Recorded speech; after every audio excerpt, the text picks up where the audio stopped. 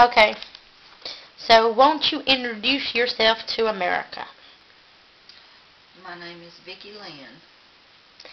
And you got a daughter by the name of Deidre Celeste, right? Yes.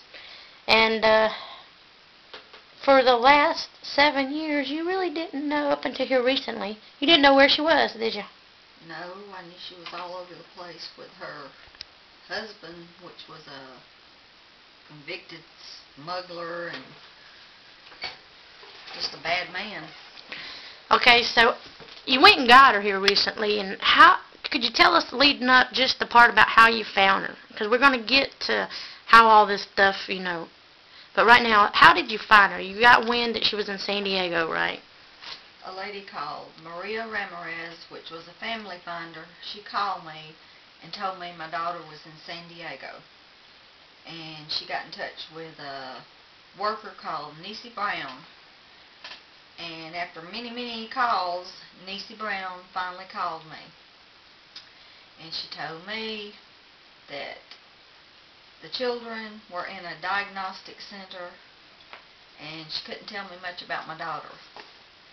And my daughter is partial quadriplegic, wears AFOs, and has trouble getting around. So you flew out there, didn't you? Yeah, she told me I needed to come out there, so I flew to San Diego to try to get things straightened out. I wanted my grandchildren to come home with me. Well, at first, I found out the oldest one was having severe liver damage, and they were going to do a liver biopsy. So I wanted to be there for that. And the reason that he had severe liver damage is because they gave him so many antipsychotic drugs that it started destroying his liver. Well, wouldn't those psychotic drugs because of some supposed delusions? In fact, these same delusions that he believes he saw and witnessed are the reasons why they took took them from their mother, your daughter, about her being delusions, right? Yes. One of the delusions is that her husband poisoned her, and he did. She's partial quadriplegic. That was from a nerve toxin. From a nerve toxin. It took her 12 years to get better where she can walk with AFOs, and she still has trouble getting around.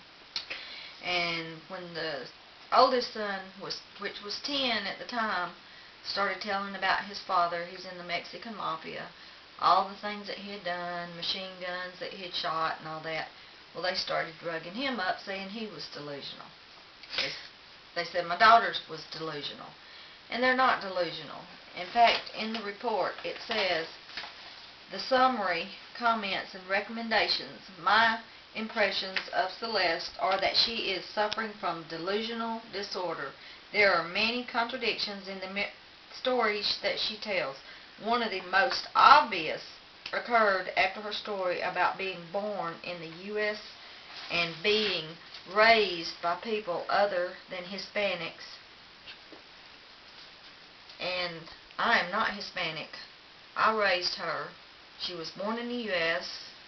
As a matter of fact, this is her birth certificate, born in Georgia. This is my birth certificate, born in Alabama. And she is my daughter. So you've read these court papers, haven't you?